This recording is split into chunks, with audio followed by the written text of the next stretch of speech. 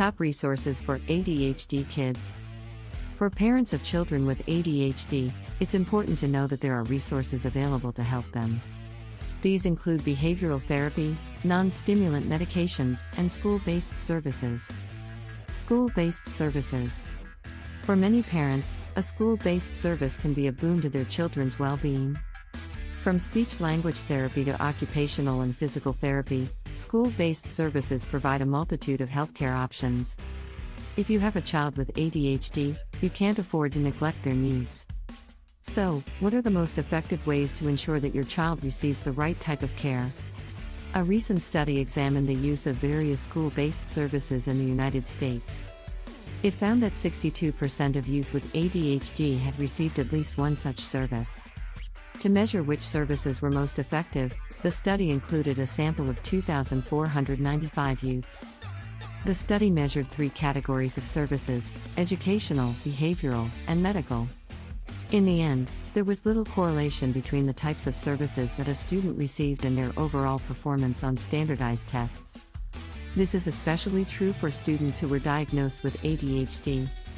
In fact, the best school-based health services were those that were most tailored to the individual's needs. This isn't to say that all kids with ADHD need similar treatment plans. Some kids may benefit from a comprehensive plan, while others simply need more time with a therapist. You can find out what your child's needs are by consulting with a qualified professional, or checking out the resources provided by Children's Health. Apps designed for ADHD kids. One way that children with ADHD can manage their symptoms is by using apps designed specifically to help them focus, stay organized, manage their time more effectively, or make school more fun. These apps can provide children with structure and support, and can also help them develop important skills such as time management, task completion, and goal setting. Here are a few examples of some apps that may be helpful. It's important to note that while these apps can be helpful tools, they should not be used as a replacement for professional treatment. Children with ADHD may benefit from a combination of medication, therapy, and other interventions, depending on their individual needs. If you have concerns about your child's symptoms, it's important to speak with a healthcare professional for a proper evaluation and treatment plan. Behavioral therapy. Getting the best behavioral therapy for ADHD kids is more than just a matter of figuring out where to turn. It's about ensuring that your child gets the help he or she needs. Here are a few tips to make that happen.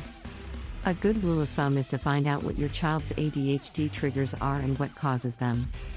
Then you can devise a plan to address those issues. For example, don't make your child sit in the back seat of the car or in front of the television. If possible, get him or her to sit near the teacher or another adult. Getting your kid to sit in a classroom can be a challenge. Oftentimes, the solution is as simple as asking the teacher to break up the big assignments into smaller bits. This will reduce the chances of your child getting sucked into a project that doesn't get done.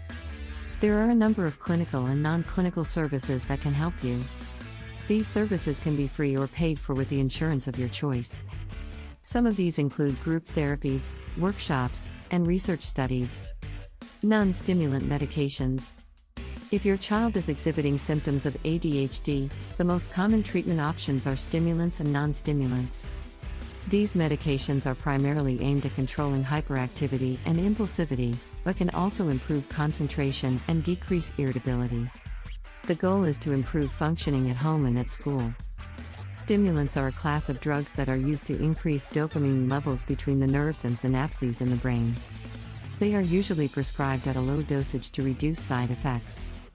Non-stimulants have a similar effect as stimulants, but they do not include methylphenidate.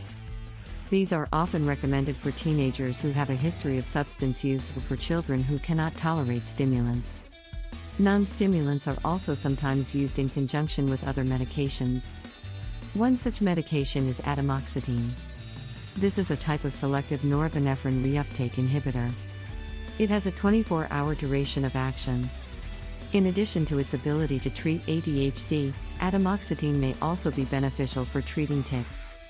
Studies of the drug have demonstrated its safety and lack of abuse potential. Genetic factors. A growing body of genetic research indicates a high heritability for ADHD in children, with 77 to 88% being estimated. The study of ADHD genetics presents many limitations, however, and further research is required to fill these gaps. Genetic testing may be a useful approach for predicting an individual's response to various treatment options. While these studies are still limited, they are promising for determining drug tolerability. However, more studies are needed to determine the clinical phenotype of ADHD and identify rare variants associated with the disorder. There are some similarities between ADHD symptoms and those of other psychiatric disorders. Psychiatric disorders include schizophrenia, bipolar disorder, and autistic spectrum disorders. These diseases are linked to genetic factors that influence the onset, development, and persistence of neurodevelopmental disorders. Polygenic risk scores are one measure of heritability. They are calculated by comparing a person's risk of developing ADHD with his or her likelihood of having certain alleles at specific loci. Using these scores, the ADHD Consortium identified 12 loci with genome-wide significance. Please like, comment, share, and subscribe.